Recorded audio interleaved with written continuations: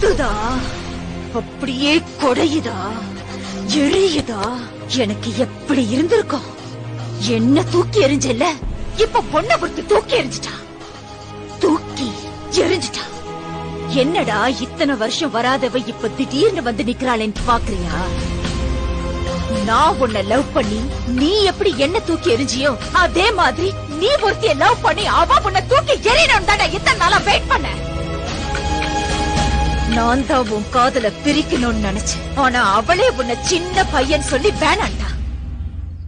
Actually அவளுக்கு தான் நான் தேங்க்ஸ் சொல்லணும்.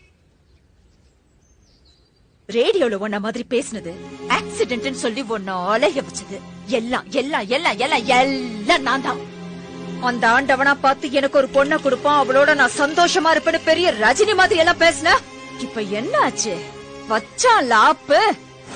உனக்கு என்னைக்குமே நான்